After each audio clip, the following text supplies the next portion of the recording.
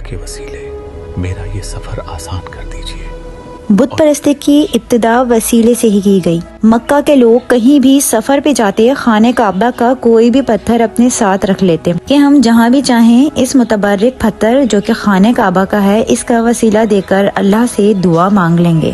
میرے اللہ، میں اس پتھر کی عبادت نہیں کرتا، اسے بس تیری یاد کے لیے ساتھ۔ لیکن کبھی کبھی بہت زیادہ ضرورت ہے اس بات کو سمجھنے کی جو عمل میں کر رہا ہوں یا رہی ہوں کہیں وہ غلط تو نہیں۔ سیرت النبی کی کسی بھی کتاب میں آپ کو کہیں بھی رسول اللہ کی زندگی میں یہ عمل نہیں ملیں گے، بلکہ آپ ہمیشہ یہ پائیں گے کہ رسول اللہ صلی اللہ علیہ وآلہ وسلم نے یہ بتایا ہے کہ اس ایک اللہ سے مراد مانگو۔ سورہ فرقان کی آیت نمبر 3 میں ہے کہ لوگوں نے اسے چھوڑ کر ایسے معبود بنا لیے جو کسی چیز کو پیدا نہیں کرتے بلکہ خود پیدا کیے جاتے ہیں، جو خود اپنے لیے بھی کسی نفع یا نقصان کا اختیار نہیں رکھتے، جو نہ مار سکتے ہیں نہ جلا سکتے ہیں، نہ مرے ہوئے کو پھر اٹھا سکتے ہیں۔ الصمد کا مطلب ہے بے نیاز، جو اپنی ضرورتوں کو پورا کرنے کے لیے کسی کا محتاج نہیں، یعنی اسے کسی چیز کی ضرورت ہی نہیں بلکہ وہ سب کی ضرورتوں کو پورا کرتا ہے، یعنی وہ پرووائڈر ہے، اس سے جو مانگا جائے وہ اسے پوری کرنے کی مکمل طاقت رکھتا ہے۔ زمانے جاہلیت میں مکہ کے لوگوں کا یہی خیال تھا کہ ہم اتنے گناہگار اور ناپاک ہیں کہ اللہ سے براہ راست نہیں مانگ سکتے، تو ان وسیلوں کے ذریعے جو کہ نیک لوگوں کے بت انہوں نے بنائے ہوئے تھے اللہ تک اپنی دعا پہنچائیں۔ آج دیکھا جائے تو یہ اسی عمل کی ہی شکل ہے۔ اگر اولاد جتنی بھی بدتمیز اور لاپرواہ ہو وہ والدین کے لیے اولاد ہی ہوتی ہے۔ اگر اسے اپنی بدلحاظی کا احساس ہو جائے اور وہ ماں باپ سے معافی کا طلبگار ہو تو اسے کسی سفارش کی ضرورت نہیں بلکہ براہ راست معافی مانگنا